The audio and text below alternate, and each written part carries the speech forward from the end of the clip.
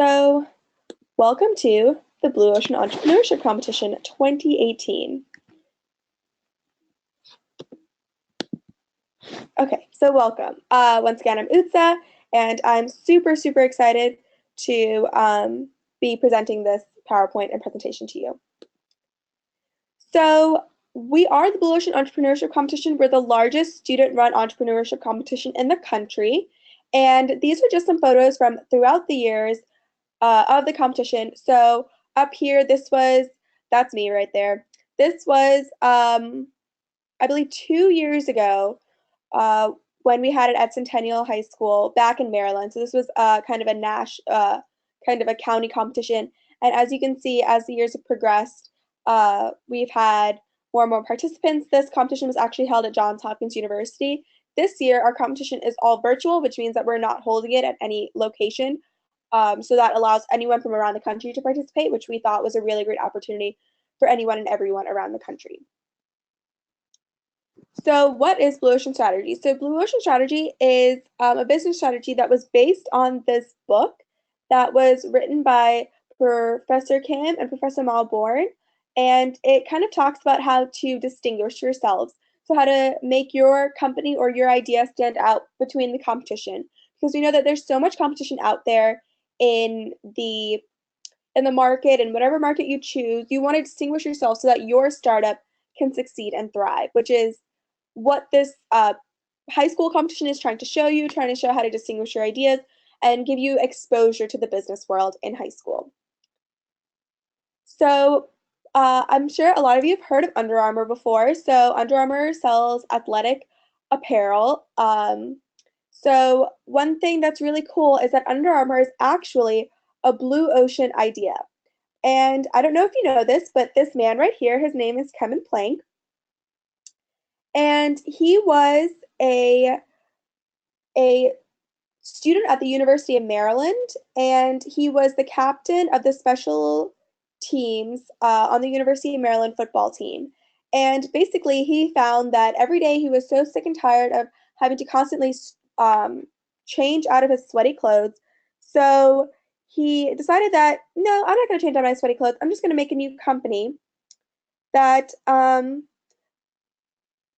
that kind of used the material that his compression shorts had, so his compression shorts wouldn't get sweaty. And he realized that if he uses that material to make apparel and make shirts, that means that the shirts won't get as sweaty either. So this guy turned a small problem that he had, this small idea, into this massive company that now competes with like Nike and Adidas, and it's known globally. So that's one idea of a blue ocean company. The next idea, which is a really common idea, is Cirque du Soleil. So how Cirque du Soleil started out, the CEO was actually a performer, and he realized that the circus industry had a problem. So people in the circus industry was having problems with, there was outrage over the fact that, you know, they had animals and the animals weren't treated right, and there was outrage. And then it was like the circus was mostly known for like families and kids. Like you wouldn't go to the circus with your like work friends or anything. So what the CEO decided to do was he wanted to make kind of a more classier circus experience. So what he ended up doing was kind of integrating both the theater and the circus aspect to make Cirque du Soleil, which is like this like acrobatic theatrical version of a circus. So it combines like the acrobatic part of the circus and the like set design and the lighting and the show aspect of the theater, and made Cirque du Soleil. And what was really interesting was it found how to cut costs from a traditional circus. So like the reason traditional circus ticket prices were so high was because they had to pay for the treatment of animals and all the different things. But in the Cirque du Soleil, they decided to eliminate the treatment of animals, so they eliminated that much cost, but they added so much more that they realized that their audience wanted, which is why now, today, since the circus industry is dying, Cirque du Soleil is still thriving. So the next one is Airbnb. So what Airbnb did was it transformed the hotel industry. So basically it found that people were kind of tired of being in hotels when you were in this new gorgeous city or wherever you decided to travel. You wanted to really be like immersed in the culture, especially if you had like a family or you were staying there for multiple days. You didn't really want to stay in a hotel. You'd much rather kind of stay in a house and feel very homey. So what Airbnb decided was that it would cash in on the fact that people would be willing to like give their homes up for a week or two, or if they're not staying at this home in this city, they want people to rent it out and stay in it. So that's where Airbnb came in and it transformed the hotel industry. So with the last three examples, we've seen how these three companies have kind of transformed the industries that they're in. So Under Armour transformed the sports apparel industry by introducing like sweat-proof shirts that I'm sure a lot of us have or have seen today. Cirque du Soleil transformed the circus industry by eliminating like the animals and the very like stadium-esque feel of the circus and making it a more professional and theatrical experience. And Airbnb transformed the hotel industry by making a person feel more at home and also helping homeowners make money off of the homes that they're not using.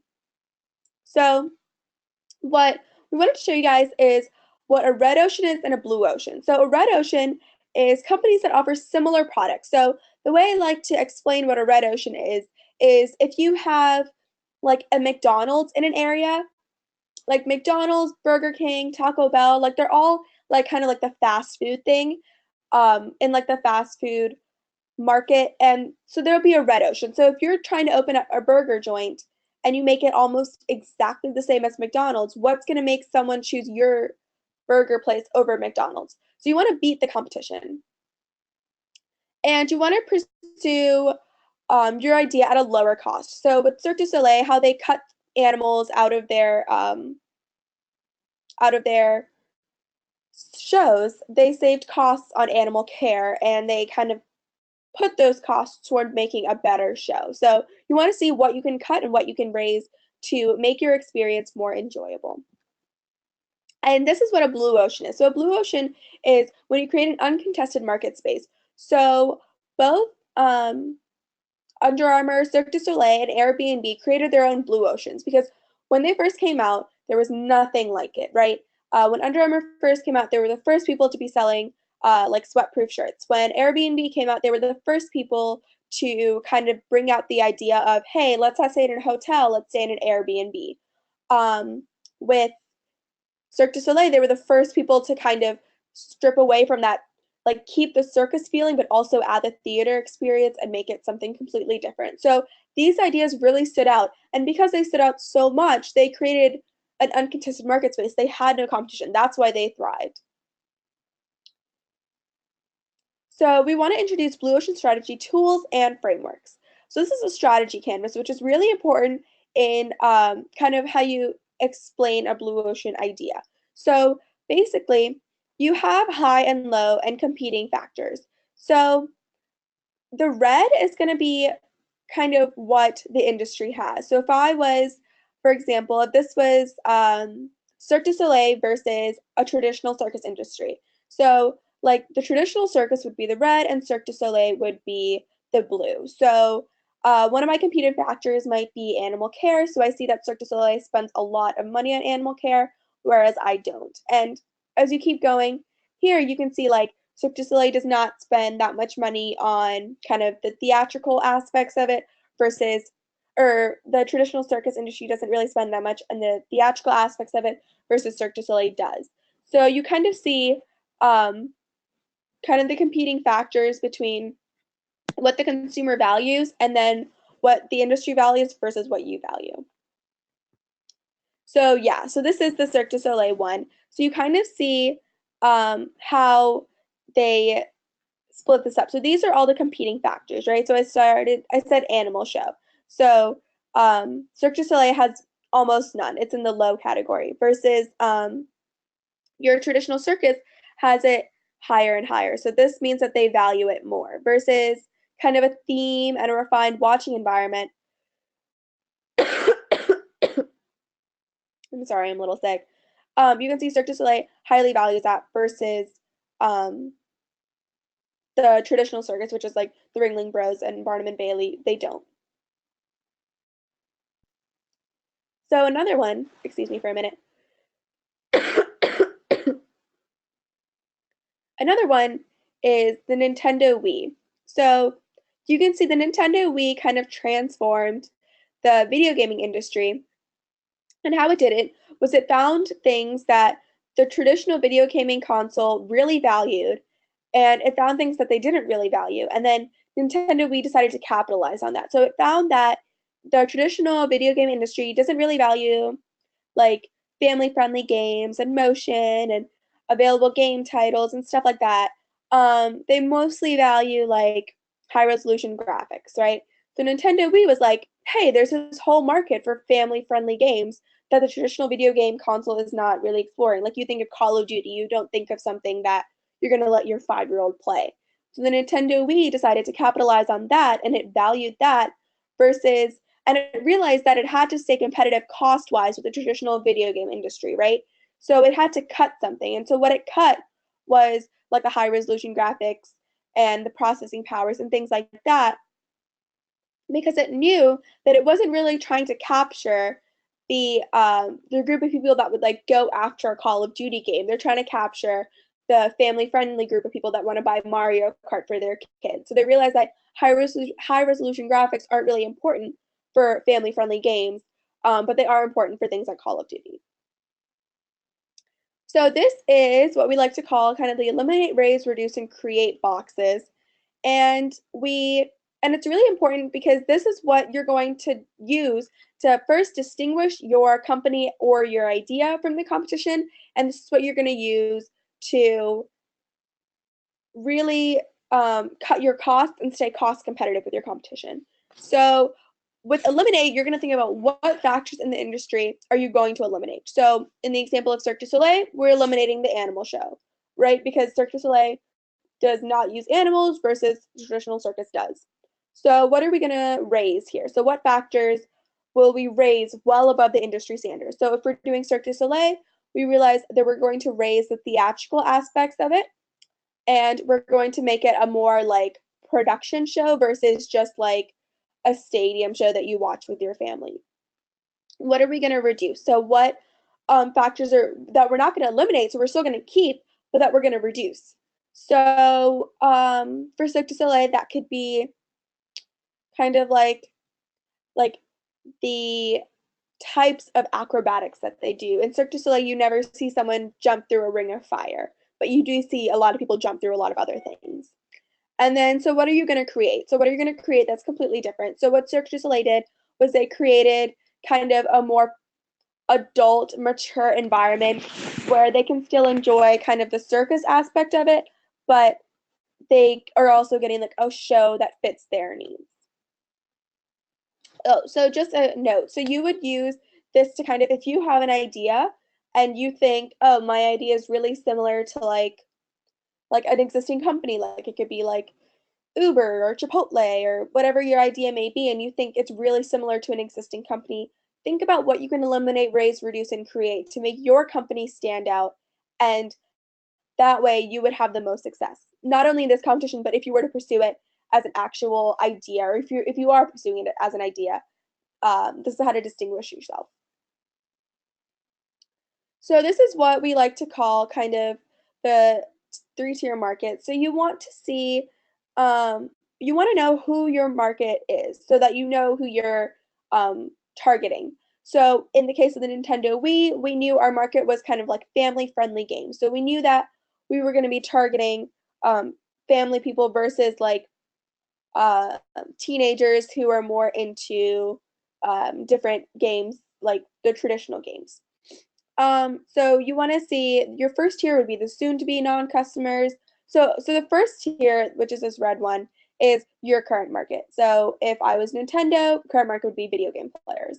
Your soon-to-be market are people who are kind of on the edge, maybe waiting to jump in. So in my case, it might be like families, right? They're kind of on the edge. Maybe current video games are too violent. They don't really want to jump in.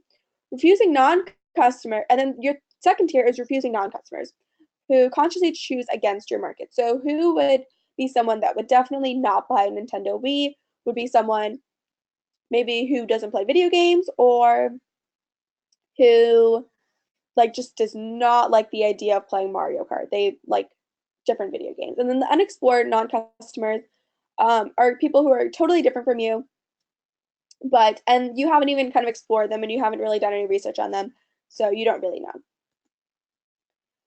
So we finally got through what Blue Ocean is. I hope you guys have a really good understanding of what it is. Basically, for our competition, we want you kind of to apply the Blue Ocean ideology to your current idea, and hopefully that'll make your idea more feasible and more viable. But now we're going to talk about the competition process, and if you have any questions about what I just went over with the Blue Ocean strategy, feel free to ask questions at the end, or if you, but we're just going to go through the process now. Okay, so we have, the process is, the first thing you're going to do is brainstorm problems. So this is the way that we found that most Blue Ocean competitors find easy to come up with an idea. So we said that when you register, you don't need an idea, which is 100% true. You can definitely come up with an idea between now and March 3rd.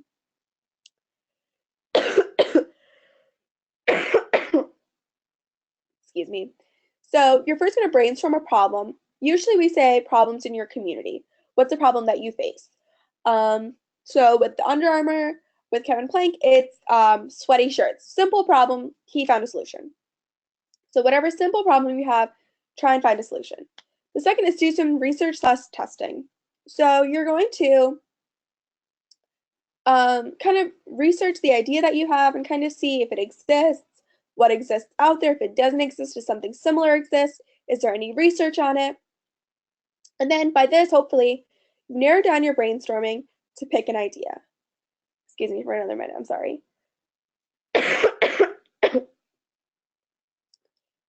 So you're hopefully going to pick an idea at this point.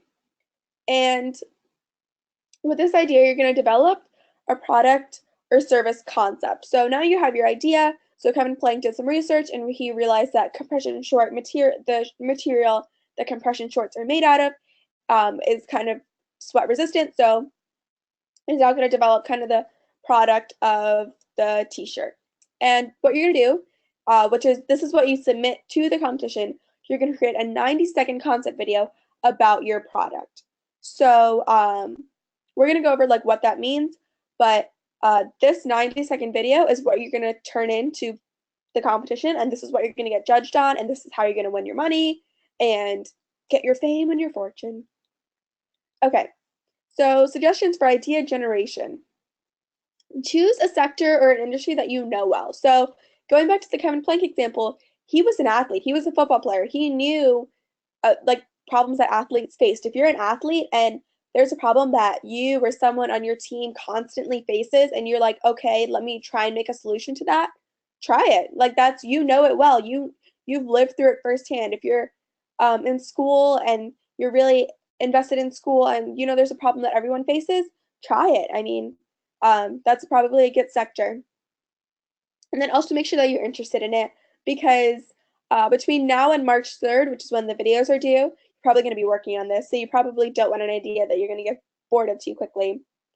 Yeah, and then just find a problem that you can fix. And it doesn't have to be like a super complicated problem. Normally, like for the most part, the ideas that have won with the Blue Ocean competition have been really simple ideas. So that have just solved like really simple problems that everyone faces and everyone's relatable to. So don't overthink this if you're having trouble. If you already came up with an idea, that's great. So yeah, these are just some suggestions. So project component. So what you want, so these are the components of what you want in your video, what you want to kind of include and what you want to kind of make clear. So you want the description of the unmet want or need. So what are you trying to fix?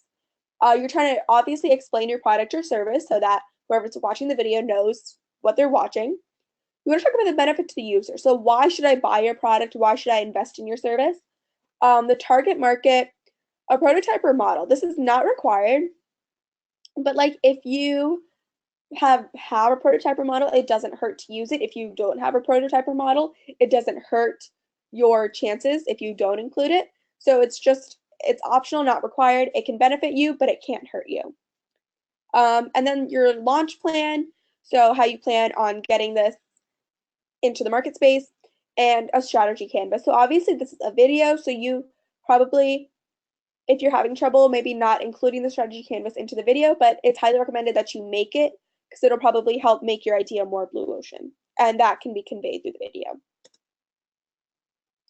So judging criteria. So this is what our judges will judge you on. The highest thing is innovation and creativity and viability. So how creative is your product? How different is it from the market space? Blue ocean ideas are obviously really different and they create uncontested market spaces. So you want to make sure that your idea, that through your idea that comes across, that you kind of created an uncontested market space, that there's so much room for this idea to flourish in the real world. And then viability. So how realistic is your product?